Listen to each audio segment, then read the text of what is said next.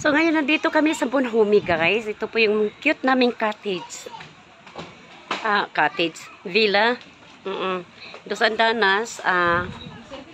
8 kapasidad, no? At 8 capacity, ayan. Ang cute, no? Oh, up and down siya. So, ayan. Dito naman yung ating common kitchen. Tapos yung isa, ayan, isa din yung nirentahan namin. So, it's beautiful. Diba? At saka masyado siyang, under the shade kasi maraming talisay. Diba? Ngayon, the water is rising. So, we're waiting on it. See, look. It's not very clear, but anyway, it's pretty. So I got with me my family. Ayan. So ayan, nakasukin na yung buhok ko kasi siyempre bagong kulay kasi yan at hindi maganda sa salt water. So napalibutan po kami ng bundok. Kaya iyon. Ayan. So, mamaya, tataas na yung tubig dyan. Dyan kami magtatalon-talon. Dyan kami magtatalon. Kanang, ban, inyuhan ng hamok. Nganong kita oram naghamok diha, nga tuwa man na diha? Ha? Day, kumuna, day. Shared daw na, auntie. Day, kumuna.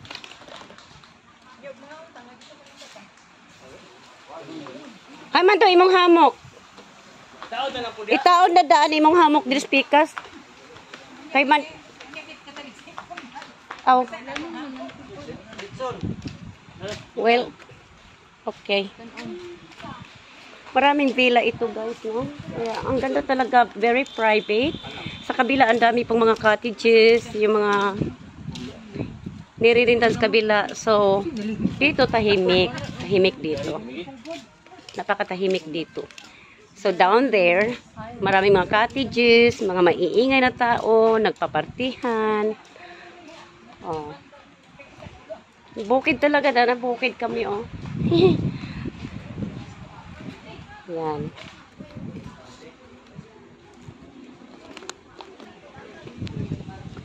Pretty. So beautiful.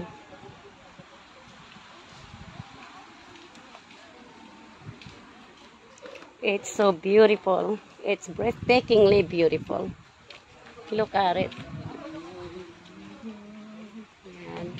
So later on, I think there will be some music. Acoustic Saturday night. Every Saturday night, which is today is Saturday, from 8 p.m. to 12 in the morning. I'll be sure that in front of the parking area. Yeah. This is nice. Ayan, yun naman ang coffee shop sa taas. May mga nag-hangout din dyan. So, you see. Ganda, no? So, there are a lot of somewhat floating cottages out there, far away. But the way to get there is through that, I don't know, we call them balsa or gakit, no? It's a bamboo floating thing. So what you have to do is just pull the rope all the way to the floating cottage. Over there, doon kami magtatalon. It's a diving board. There's a diving board out there. And then at the same time, people do fish over there. There's plenty of fish in this area.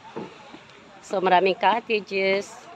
So, and the water is completely beautiful. Why? Kasi blue siya. Very crystal clear talaga siya. Okay. I'll see you later. Bye-bye.